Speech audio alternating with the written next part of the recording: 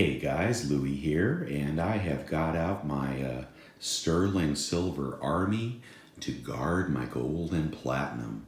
Yeah, I'm just playing with my silver this morning. Happy Saturday! I'm glad we made it, and there are about 6 of these figures from bullion exchanges purchased some time ago, and each one is just exquisite.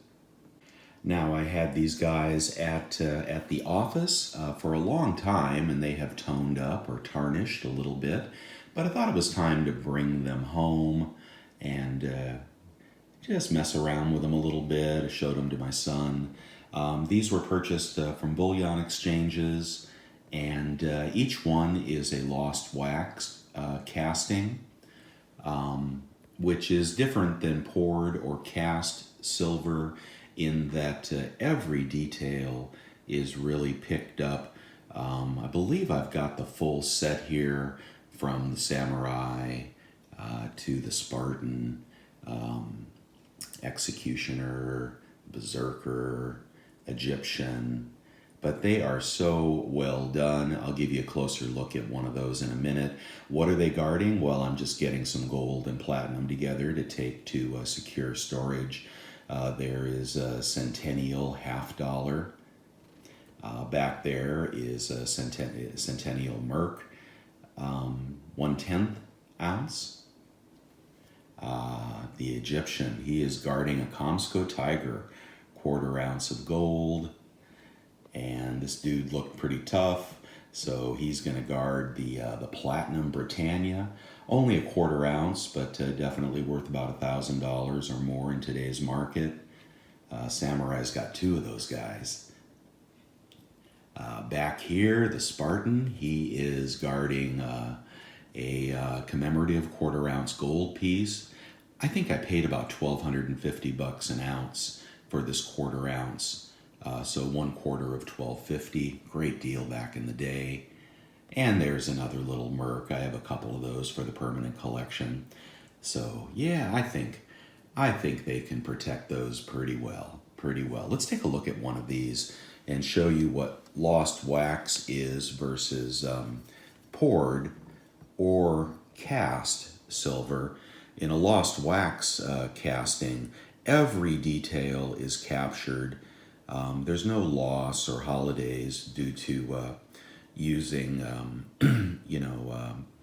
Delft clay or Petrobond. And they do a bit of soldering on these as well. They probably solder in the weapons. They definitely solder them to the base, right? But you'll see that every detail, even under the garments, is fully captured. Pretty plain on the base. All it says is 925. Doesn't even give a maker's mark, but there are COAs that go with these. But, the detail in the faces, just gorgeous work, probably done in India. I think these were about 30 an ounce, might have been a little bit more, but well worth it in terms of the enjoyment factor. Let's take a look at the samurai. I don't know if they're still available. I kind of doubt it. A lot of work goes into something like that. And I would prefer if they were American made, but I think the price would have been double if they were.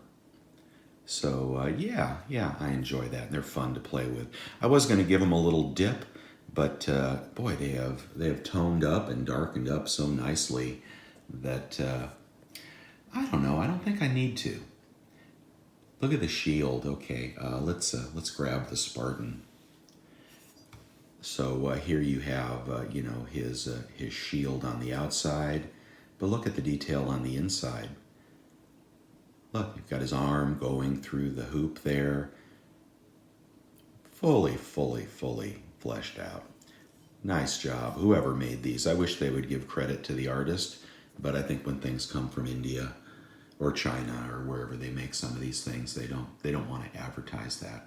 But a beautiful collection of warriors of the world, and about $5,000 of gold and platinum there, all for the rainy day. And you know the rainy day is coming, right? Okay, I'm going to break off this video and go into I'm going to take a little break here and switch over to the silver market. So we'll take a look at that. All right, guys, hold on. All right, so I'm back, and here is silver.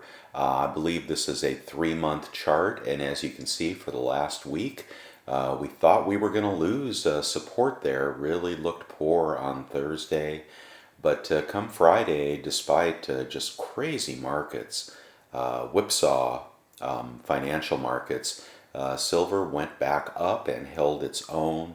So I was glad to see that, although I was really skeptical that we might be retesting lower levels, maybe even in the 16s. But glad to see it holding here in the high 17s. And anyway, when the market was down a couple of weeks ago, like 2,000 points, I thought it'd be a great time to add some silver miners. Which is highly speculative, nothing like the gold miners, probably more volatile than even the junior miners. But I was going to mess around with this, so I put a modest portfolio together of U.S. traded silver miners. Here are some of the trades when I purchased them. Let's see. Well, you can read these. Avino Silver, Compañía de Minas, Helka Mining, Pan American Silver Corp, PRA Group, all silver miners. Sabine Royalty Trust, that might have some income associated with it. America's Gold and Silver Corp. And then finally, I dosed that with a nice healthy pot of copper, Freeport-McMoRan. Love the copper charts right now. So the copper is kind of the odd man out here, but I have been trading a little bit on the copper, sold some covered calls on the copper.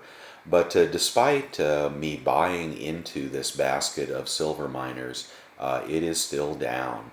A couple of these, I believe, may have issued secondary stock offerings. So we had some profits, I believe, in the copper. In and out there were profits, but some of these held tight. But overall, portfolio down, I think, around 3%, if I read that last chart correctly. So silver miners reflecting unstable silver action and volatility right now. But there is my basket, and I can't say that I've researched any of these silver companies heavily. It is just a broad basket of U.S. traded silver miners. And that one copper thrown in there if I were going to, if I was really interested in anything. I think I would be interested in the copper the most at the moment, because it seems to be experiencing an increase as all commodities are starting to rise. And in a future video, I'll show you a commodity index that I have bought that I think it is starting to look a lot like silver did when it was 12. This is a kind of the reopening scenario. It's not that I don't believe we'll be in a heavy, long, deep recession, but I think that we could be seeing inflation starting to poke its head back, even in the face of projected deflation and potential depression. We might go straight into inflation. So these baskets, I think, reflect getting in early.